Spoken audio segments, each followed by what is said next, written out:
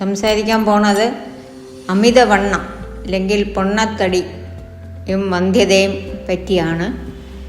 ഈ ലോകത്തെ എല്ലാ രാജ്യങ്ങളിലെയും ഒരു വലിയ പ്രശ്നമായി മാറിയിരിക്കുകയാണ് ഈ അമിതവണ്ണം, അല്ലെങ്കിൽ ഒബീസിറ്റി എന്ന് പറയും.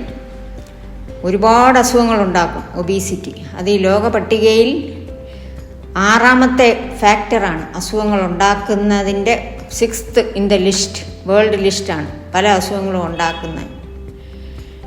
ഈ അമിതവണ്ണം കാരണം ഒരുപാട് അസുഖങ്ങളുണ്ടാക്കും. BP, ഡയബറ്റിസ്, വന്ധ്യത ഒക്കെ ഉണ്ടാക്കും. അതിൽ 40 വയസ്സിൽ ഒരു കണക്കെടുത്തിരിക്കുകയാണ് വേൾഡ് സ്റ്റാൻഡേർഡിൽ. 40 വയസ്സിൽ പൊണ്ണത്തടി ഉണ്ടെങ്കിൽ ആ ആളുടെ ആയുസ് 7 വർഷം കുറയും എന്നാണ് കണക്ക് പറയുന്നത്. പിന്നെ ഉള്ളത് വന്ധ്യത ഉണ്ടാക്കുന്നത് പൊണ്ണത്തടി കാരണം. വന്ധ്യത ഒരു പ്രധാന ഫാക്ടറാണ്. അത് പുരുഷന്മാരെയും സ്ത്രീകളെയും ബാധിക്കും.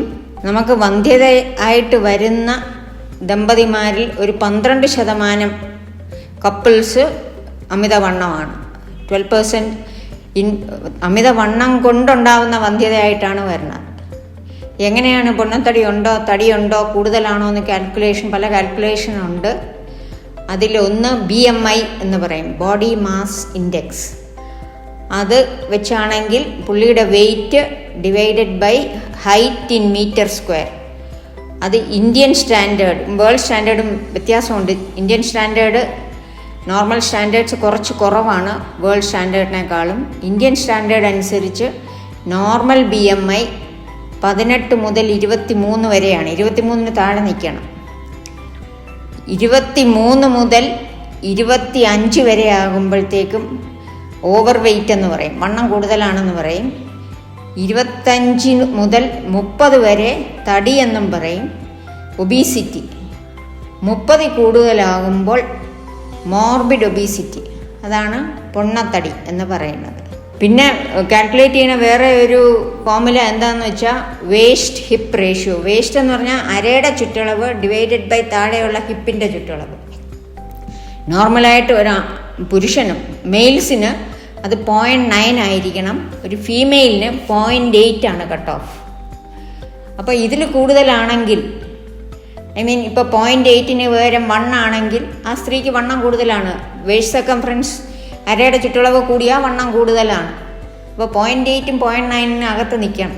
അമിതവണ്ണമുള്ള ഒബീസിറ്റി ഉള്ള കൊച്ചു കുട്ടികൾക്ക് പോലും പ്രശ്നങ്ങളുണ്ടാകും ഭാവിയിൽ. അതിൽ ആദ്യമേ അവർക്ക് പ്യൂബർട്ടി അല്ലെങ്കിൽ പ്രായമാകുന്ന തീയതി വണ്ണമുള്ള കുട്ടികൾക്ക് കൂടുതലാണ്, നേരത്തെയാണ്. ഏർലി മെനാർക്കി എന്ന് പറയും, നേരത്തെ അവർ മെച്യൂർ ആകും. രണ്ടാമത് അവർക്ക് ഈ പീരിയഡ്സ്, ആർത്തവം ഭയങ്കര ഇറഗുലർ ആയിരിക്കും. മൂന്നാമത് കുറച്ചുകൂടെ പ്രായമാകുമ്പോൾ ഓവുലേഷൻ നടക്കില്ല. ഒരു 18-20 വയസ്സാകുമ്പോൾ തൊട്ട് ഓവുലേഷൻ നേരെ നടക്കത്തില്ല. അഥവാ ഓവുലേഷൻ നടന്നാലും ആ ഓവുലേഷൻ, ആ എഗ്ഗ് തീരെ ക്വാളിറ്റി മോശമായിരിക്കും. പിന്നെ കല്യാണം കഴിഞ്ഞ് പ്രഗ്നൻ്റ് ആവാൻ താമസം വരും. പ്രഗ്നൻ്റ് ആയാൽ തന്നെ ഈ അമിതവണ്ണമുള്ള കുട്ടികൾക്ക് അബോർഷൻ സാധ്യത കൂടുതലാണ്. ഈ വണ്ണം ഉള്ള കുട്ടികൾക്ക് കൂടുതലാകാൻ കാരണം അവർക്ക് ശരീരത്തിൽ നോർമലല്ലാത്ത ഒരുപാട് ഹോർമോൺസ് ഉണ്ട്. അതുകൊണ്ടാണ് കൂടുതലാവുന്നത്. കൊച്ചു ആൺകുട്ടികൾക്കും ഇതേ പ്രശ്നം വരും. അവർക്കും വലിയ വണ്ണം പൊണ്ണത്തടി ഉള്ളവർക്ക് വളർന്നു വരുംതോറും അവർക്ക് സ്പേം ഉണ്ടാവുന്ന ചാൻസസ് കുറയും. സ്പേമിൻ്റെ ക്വാളിറ്റി തീരെ കുറയും. ഒരുപാട് അബ്നോർമാലിറ്റീസ് വരും. കല്യാണം കഴിഞ്ഞ് കുഞ്ഞുങ്ങളുണ്ടാവാൻ വളരെ താമസം വരും. പിന്നെ കുറച്ചുകൂടെ കഴിയുമ്പം, പ്രായം ചെന്ന് ഒരു 40-50 വയസ്സാകുമ്പം ഈ പൊണ്ണത്തടിയുള്ള ആണായാലും പെണ്ണായാലും മെറ്റബോളിക് സിൻഡ്രോം എന്നൊരസുഖം വരും. എന്ന് വെച്ചാൽ അതിൽ ഡയബറ്റീസ് വരും, BP കൂടും, ഹാർട്ടിന് അസുഖം, കാർഡിയോവാസ്കുലർ ഡിസീസസ് കൂടുതലായിരിക്കും. അതിനെയാണ് മെറ്റബോളിക് സിൻഡ്രോം എന്ന് പറയുന്നത്. പിന്നെ പുരുഷന്മാർക്ക് ഈ പൊണ്ണത്തടി കാരണം വന്ധ്യത ഉണ്ടാവാൻ സ്പേമിനെ എഫക്റ്റ് ചെയ്യുന്നത് എന്തുകൊണ്ടെന്ന് വെച്ചാൽ അവരുടെ അടിവയറിലെ വണ്ണം ഭയങ്കരമായിരിക്കും, തുടയുടെ വണ്ണം ഭയങ്കരമായിരിക്കും, ടെസ്റ്റിസിൻ്റെ ടെമ്പറേച്ചർ ഇത് കാരണം കൂടുതലായിരിക്കും. അങ്ങനെ ടെസ്റ്റിക്കുലർ ടെമ്പറേച്ചർ കൂടുമ്പോൾ സ്പേം പ്രൊഡക്ഷൻ, സ്പേം ഉണ്ടാവുന്നത് കുറയും. ഉണ്ടായാൽ തന്നെ അതിൻ്റെ ക്വാളിറ്റി മോശമായിരിക്കും. അത് ഒരു പ്രധാന റീസണാണ് വന്ധ്യത ഉണ്ടാവാൻ. പിന്നെ ഇജാക്കുലേഷൻ, സ്ഖലനം വളരെ കുറയും. ഹോർമോണിൻ്റെ ഇംബാലൻസ് കൊണ്ട് ബീജസ്ഖലനം കുറയും. ഇതിൻ്റെ ചികിത്സ പ്രധാനമായിട്ടും നമ്മൾ അഡ്വൈസ് ചെയ്യണത് വെയിറ്റ് റിഡക്ഷനാണ്. ഇങ്ങനെ പൊണ്ണത്തടിയുള്ള കപ്പിൾസ് വരികയാണെങ്കിൽ ആദ്യം പറയണത് വെയിറ്റ് റിഡക്ഷനാണ്. ഇപ്പോൾ സ്പേം കുറവാണെങ്കിൽ ആ സ്പേം ഇമ്പ്രൂവ് ചെയ്യാൻ മരുന്ന് കൊടുത്തിട്ടൊരു കാര്യവുമില്ല. അവർ വെയിറ്റ് കുറച്ചേ പറ്റൂ. സ്ത്രീ ആണെങ്കിൽ ഓവുലേഷൻ ഇല്ല, ഭയങ്കര പൊണ്ണത്തടിയാണെങ്കിൽ അവർ വെയിറ്റ് കുറച്ചാൽ പലരും ഓട്ടോമാറ്റിക്കായിട്ട് നോർമലാകും. അതുകൊണ്ട് ആദ്യം പറയണത് വെയിറ്റ് റിഡക്ഷനാണ്. ആ വെയിറ്റ് റിഡക്ഷൻ ചെയ്യാനായിട്ട് നമ്മൾ മരുന്നുകൾ കൊടുക്കുന്നത് കുറവാണ്. അവർക്ക് സ്ട്രിക്റ്റ് ഡയറ്റും എക്സർസൈസും ചെയ്യണം. എന്നാൽ മാത്രമേ വണ്ണം കുറയുള്ളൂ. ഇപ്പം ഡയറ്റ് ആൻഡ് എക്സസൈസാണ് ആദ്യം ചെയ്യേണ്ടത്. അതിൽ കുറയുന്നില്ല എന്ന് കണ്ടാൽ മാത്രമേ മെഡിക്കൽ ട്രീറ്റ്മെൻറ്റ് കൊടുക്കുകയുള്ളൂ. അതുകൊണ്ട് ഡയറ്റ് ആൻഡ് എക്സസൈസും ലൈഫ് സ്റ്റൈൽ ചേഞ്ചസ് ആണ് ഏറ്റവും പ്രധാനം. അതിൽ ചിലർ പോയി ക്രാഷ് ഡയറ്റ് ചെയ്യും. ക്രാഷ് ഡയറ്റിൽ ഒരർത്ഥവുമില്ല. എല്ലാ ദിവസവും ഒരേപോലെ കണ്ടിന്യൂസ് ആയിട്ട് ഭക്ഷണം കുറയ്ക്കുകയും ക്വാളിറ്റി ഓഫ് ഫുഡിന് വ്യത്യാസം വരുത്തുകയും ചെയ്താലേ വണ്ണം കുറയുള്ളൂ. അല്ലാതെ പെട്ടെന്ന് ഒരാഴ്ച ക്രാഷ് ഡയറ്റ് ചെയ്ത് ഞാൻ വണ്ണം കുറഞ്ഞെന്ന് പറഞ്ഞിട്ട് അർത്ഥമില്ല. പിന്നെ ഉള്ളത് സർജറി. കേട്ട് കാണും എല്ലാവരും, ബാരിയാട്രിക് സർജറി. സാധാരണ ബാരിയാട്രിക് സർജറിയും ചെയ്യൂല. ബാരിയാട്രിക് സർജറി ലാസ്റ്റ് ചോയ്സാണ്. ബാരിയാട്രിക് സർജറി ചെയ്യുന്നത് ഞാൻ ഈ പറഞ്ഞ BMI 40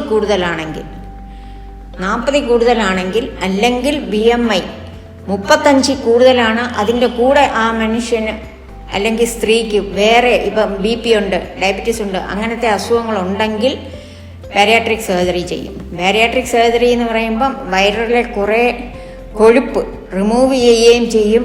അവരുടെ ആഹാരം കഴിക്കാനുള്ള ശേഷി ക്വാണ്ടിറ്റി ഓഫ് ഫുഡ് കഴിക്കാനുള്ള ശേഷി കുറയ്ക്കാനായിട്ട് ആമാശയത്തിൻ്റെ അളവും കുറയ്ക്കും. അപ്പോൾ കുറച്ചേ കഴിക്കാൻ പറ്റും. അത് ലാസ്റ്റ് റിസോർട്ടാണ്. പിന്നെ ഈ അടുത്ത കാലത്ത് കുറച്ച് നാളെ ആയുള്ളൂ കണ്ടുപിടിച്ചിട്ടുണ്ട്, വിറ്റമിൻ D വളരെ ഇമ്പോർട്ടൻ്റ് ആണ് റിപ്രൊഡക്ഷൻ. വിറ്റമിൻ D ലെവൽ കുറയുന്ന ആളുകൾക്ക് റിപ്രൊഡക്ഷൻ കുറവായിരിക്കും, വന്ധ്യത വരാൻ സാധ്യത കൂടുതലായിരിക്കും. അതിൻ്റെ ഒരു കാരണം വിറ്റമിൻ D കുറഞ്ഞാൽ വണ്ണം കൂടും. ഒന്ന് മാത്രമല്ല, വണ്ണം കൂടുന്നവർക്ക് ബ്ലഡ് ലെവലിലെ വിറ്റമിൻ D കുറവുമായിരിക്കും. ഈ വിറ്റമിൻ D വരുന്നത് നമുക്ക് സാധാരണ വെയിലിൽ നിന്നാണ്, സൺഷൈൻ വിറ്റമിനാണ്. അപ്പം യൂഷ്വലി ഈ വണ്ണം കൂടുതലുള്ള ആളുകൾ വെളിയിലോട്ട് ഇറങ്ങുകയില്ല. കസേരയിലിരിപ്പ് TV കാണക്കം മാത്രമേ ഉള്ളൂ. മുറ്റത്തോട്ടിറങ്ങി വെയിൽ കൊള്ളുന്ന സ്വഭാവം കാണത്തില്ല. അപ്പം അതൊരു കാരണമാണ്, സൺഷൈൻ അടിക്കുന്നില്ല. പിന്നെ അനങ്ങാതിരിക്കുമ്പോൾ തടി കൂടും. ഈ വിറ്റമിൻ D ഈ ഫാറ്റിലാണ് സ്റ്റോർ ചെയ്തിരിക്കുന്നത്. അത് ഫാറ്റിൽ നിന്നൊന്ന് ബ്ലഡിലോട്ട് ഇറങ്ങത്തില്ല. എന്നുവെച്ചാൽ ആള് അനങ്ങുന്നില്ല, എക്സസൈസ് ഇല്ല. തിരിച്ചുകൊണ്ട് വിറ്റമിൻ D കുറവ് കൊണ്ട് വണ്ണം കൂടുകയും ചെയ്യാം, വണ്ണം കൂടുന്നത് കൊണ്ട് blood level of vitamin D കുറയുകയും ചെയ്യാം. ഇത് രണ്ടും പോയി വന്ധ്യത ഉണ്ടാക്കും. അപ്പോൾ ഇതൊരു ലോകത്തെ ഒരു വലിയ വേൾഡ് പ്രോബ്ലം ആയിരിക്കുകയാണ്. ലോകം മുഴുവൻ ഇതിന് ഗവൺമെൻറ്, പല കൺട്രീസിലെയും ഗവൺമെൻറ് തന്നെ അവരുടെ രാജ്യത്തെ ആളുകൾക്ക് പോപ്പുലേഷൻ വണ്ണം കുറയ്ക്കാനായിട്ട് പലതും ചെയ്യുന്നുണ്ട്. അതിൽ ഇവിടെ നമ്മുടെ സ്റ്റേറ്റിൽ തന്നെ തോമസ് ഐസക് കുറേ നാൾ മുമ്പ് ഇത് ഇൻട്രൊഡ്യൂസ് ചെയ്തു. അത് പക്ഷേ അത് it did not come into action.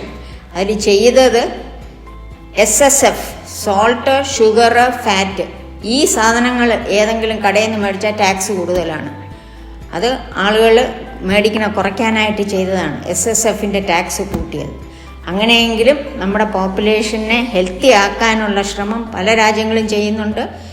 ഇവിടെ പണ്ടൊരു കാലത്ത് ഇൻട്രൊഡ്യൂസ് ചെയ്തു, പക്ഷേ ഇപ്പം ഇല്ല എന്നാണ് എനിക്ക് തോന്നുന്നത്. ഇപ്പം ഇല്ലെന്നാണ് തോന്നുന്നത്. അതുകൊണ്ട് ലൈഫ് സ്റ്റൈൽ ചേഞ്ചസ് മാറ്റി വണ്ണം കുറഞ്ഞിരുന്ന ആരോഗ്യം നല്ലതാകും, നമ്മുടെ ലൈഫ് സ്പാൻ കൂടും, ഒരുപാട് പ്രശ്നങ്ങൾ ഇല്ലാതാകും, ഇൻക്ലൂഡിങ് വന്ധ്യത ഇല്ലാതാകും. നമസ്കാരം.